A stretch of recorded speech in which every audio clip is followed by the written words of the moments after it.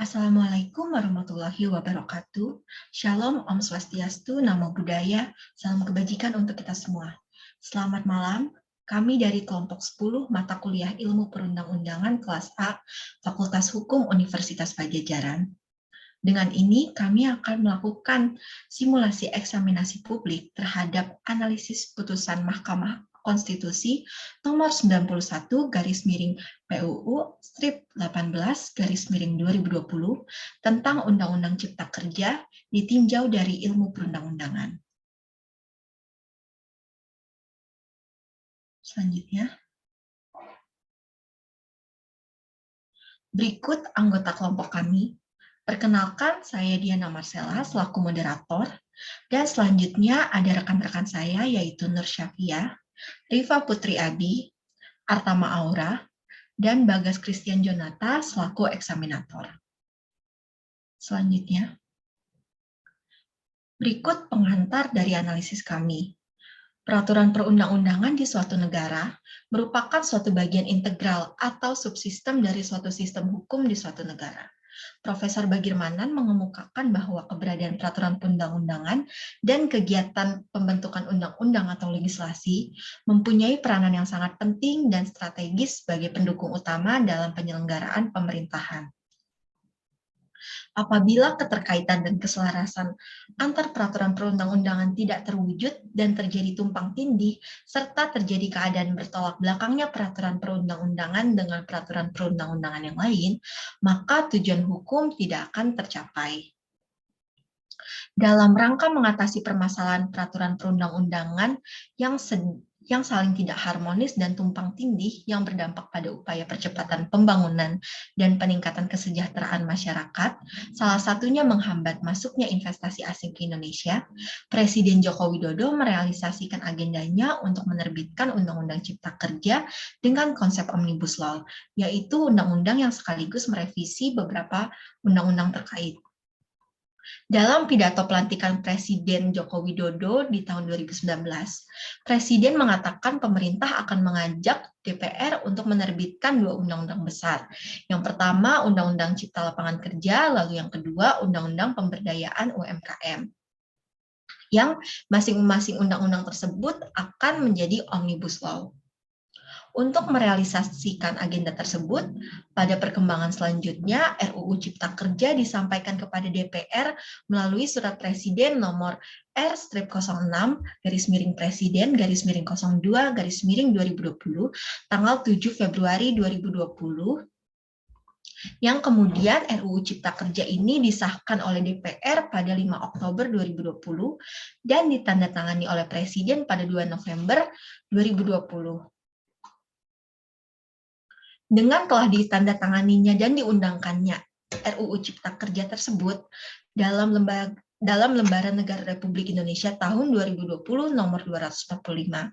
Maka dalam hal ini metode Omnibus Law sudah menjadi presiden dalam penyusunan peraturan perundang-undangan di Indonesia.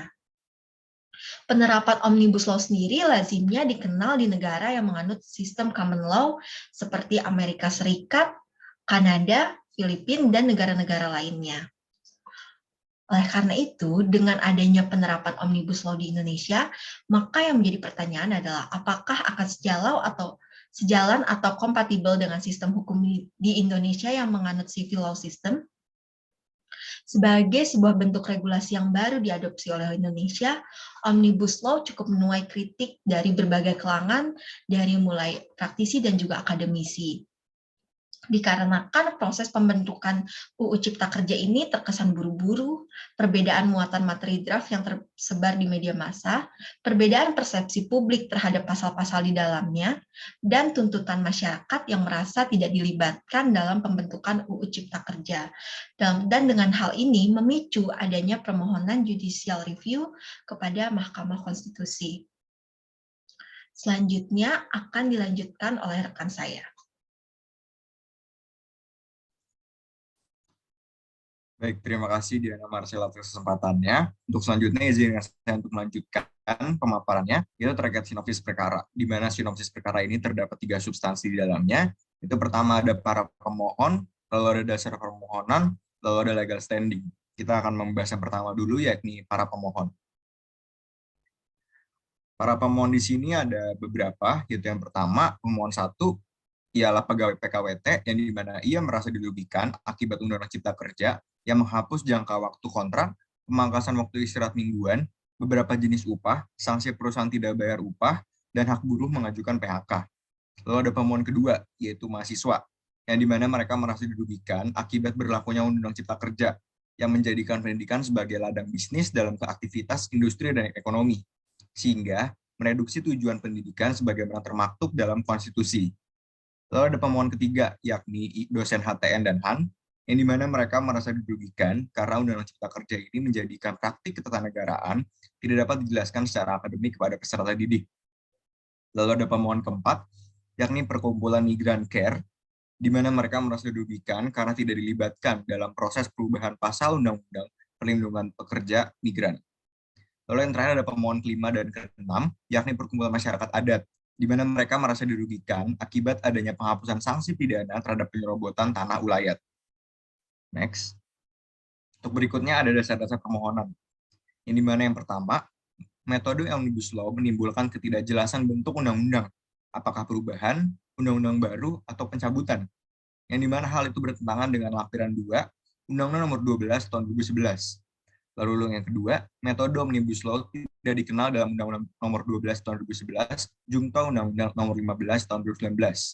Lalu yang ketiga, terdapat norma di Undang-Undang Cipta Kerja yang diubah pasca persetujuan bersama DPR dan Presiden. Lalu yang keempat, di mana bertentangan dengan asas kejelasan tujuan, asas kedayagunaan dan kehasilgunaan, asas kejelasan rumusan, dan asas keterbukaan. Lalu selanjutnya, legal standing, di mana terdapat beberapa legal standing, yaitu yang pertama, adanya hak dan atau kewenangan konstitusional pemohon yang diberikan oleh Undang-Undang Dasar 1945. Lalu yang kedua, hak dan atau kewenangan konstitusional tersebut oleh pemohon dianggap dirugikan oleh berlakunya undang-undang yang dimohonkan pengujian. Lalu yang ketiga, kerugian konstitusional tersebut harus bersifat spesifik atau khusus dan aktual ataupun setidak-tidaknya potensial yang menurut penalaran wajar dapat dipastikan akan terjadi. Lalu yang keempat, adanya hubungan sebab akibat antara kerugian yang dimaksud dengan berlakunya undang-undang yang dimohonkan pengujian. Lalu yang terakhir, adanya kemungkinan bahwa dengan dikabulkannya permohonan, maka kerugian konstitusional tersebut seperti yang didalilkan tidak akan atau tidak terjadi lagi. Untuk selanjutnya akan dilanjutkan oleh rekan saya, Arta Maura. Silakan.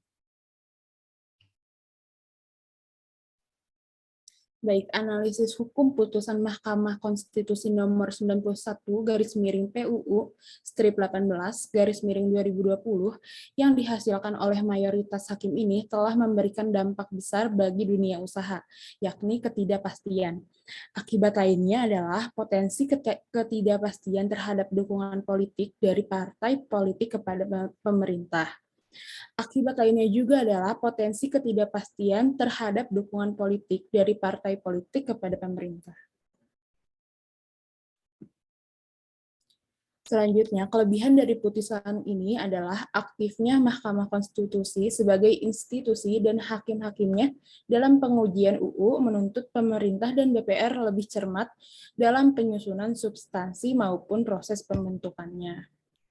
Hal ini wajib demi menjamin tata kelola hukum yang baik serta memaksimalkan partisipasi masyarakat sebagai pemegang kedaulatan. MK telah menjalankan wewenangnya sesuai amanat pasal 24C ayat 1 Undang-Undang Dasar 1945 dan juga berhasil menjalani perannya sebagai the guardian of the Constitution, the guardian of the democracy, the protector of the citizens' constitutional rights, dan the proctor of the human rights. Kekurangan dari putusan ini adalah adanya ambiguitas dan inkonsistensi. Ambiguitas yang terdapat dalam putusan tersebut adalah sebagai berikut. A, di satu sisi menyatakan bertentangan dengan konstitusi, di sisi lain masih diberlakukan maksimal 2 tahun. B, di satu sisi UU Cipta Kerja dinyatakan masih berlaku maksimal 2 tahun, di sisi lain permohonan uji material tidak diterima karena dinyatakan kehilangan objek.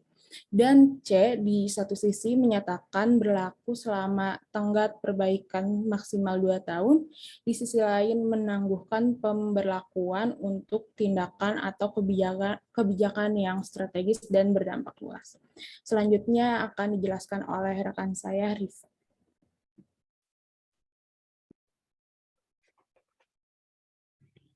Baik, terima kasih banyak kepada Artama. Kemudian terkait pertimbangan hukum hakim dari Hakim Konstitusi. Pertimbangan hukum Hakim Konstitusi ini telah sesuai dengan prinsip hukum khususnya dalam pembentukan peraturan perundang-undangan. Namun, putusan Mahkamah Konstitusi nomor 91 garis miring PUU strip 18 garis miring 2020 telah memberikan justifikasi yang sangat kuat bahwasannya Presiden dan DPR dalam membentuk Undang-Undang Cipta Kerja ini telah melakukan pelanggaran terhadap asas dan kepatuhan prosedur perundang-undangan. Nah, menurut Mahkamah, Undang-Undang Cipta Kerja ini sebenarnya tidak sejalan dengan rumusan baku atau standar dalam pembentukan peraturan perundang-undangan. Kenapa? Karena dalam hal itu terjadinya perubahan penulisan beberapa substansi pasca persetujuan bersama DPR dan Presiden. Kemudian alasan lainnya terdapat tumpang tindih dan kebingungan asas, kemudian tidak juga dapat dibenarkan dengan mengatasnamakan lamanya waktu membentuk undang-undang, maka pembentuk undang-undang ini menyimpangi tata cara yang telah ditentukan secara baku dan standar demi mencapai tujuan penting tersebut. Karena dalam suatu negara demokratis konstitusional sebenarnya tidaklah dapat dipisahkan antara tujuan yang hendak dicapai dengan cara yang benar dalam mencapai tujuan tersebut. Maka dalam pembentukan undang-undang, antara teknis dan substansi atau formil dan material ini sebenarnya tidak dapat dipisahkan satu sama lain. Untuk selanjutnya akan disampaikan lebih rinci oleh rekan saya, Nur Syafia. Baik, terima kasih Rifa. Selanjutnya akan dibahas mengenai apakah dilakukannya judicial review mengenai putusan ini telah menyentuh rasa keadilan masyarakat dengan sekian banyak persoalan dalam pembentukan prosedur perundang-undangan ini terkait putusan ini telah memenuhi rasa keadilan masyarakat dengan dinyatakannya bahwa pembentukan Undang-Undang Cipta Kerja ini dinilai bertentangan dengan Undang-Undang Dasar 1945 dan juga diberikannya waktu perbaikan maksimal 2 tahun ini berdasarkan atas keinginan masyarakat untuk mencapai keadilan masyarakat itu sendiri sebagai dalam hal ini menjadi para pemohon. Hal ini juga sebagai dasar untuk menyeimbangkan unsur kepastian hukum, unsur kemanfaatan, dan juga unsur keadilan bagi masyarakat. Dan juga mengenai apakah prosedur dalam pembentukan Undang-Undang Nomor 11 Tahun 2020 ini atau Undang-Undang Cipta Kerja ini dapat memberikan pedoman pembentukan undang-undang yang baik atau tidak, dapat dilihat apabila dengan adanya banyak persoalan mengenai aspek teknis ataupun aspek substantif, baik itu formal atau material, yang tidak dapat dipisahkan satu sama lain, dan dengan cara pembentukannya Undang-Undang Cipta Kerja ini akan berdampak pada perwujudan tertib hukum pembentukan suatu peraturan perundang-undangan.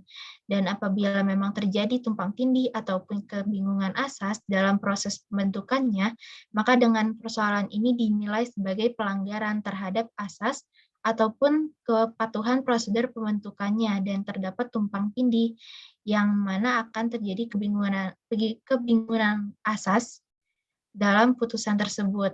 Maka dengan begitu, dalam proses pembentukan putusan ini dinilai belum mampu memberikan pedoman pembentukan undang-undang yang baik. Mungkin selanjutnya akan dijelaskan oleh rekan saya, Diana. Baik, selanjutnya.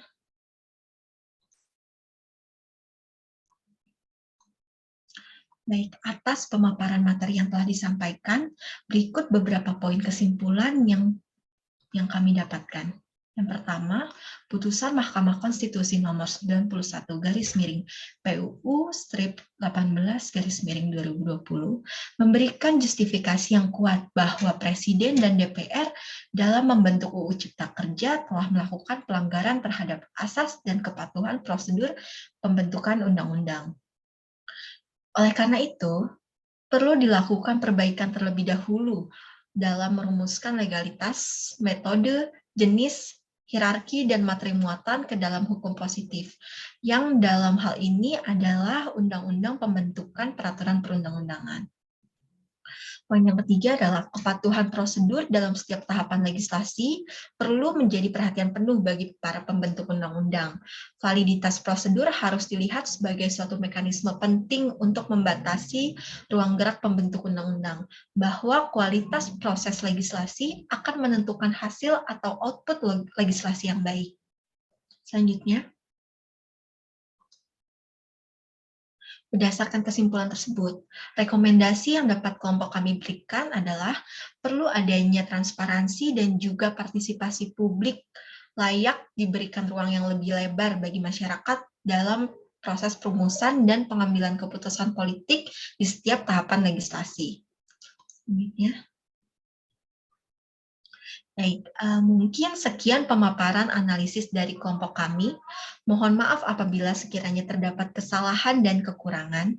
Terima kasih atas perhatiannya. Selamat malam. Wassalamualaikum warahmatullahi wabarakatuh. Shalom, Om Santi Santi Om. Namo Buddhaya, salam kebajikan.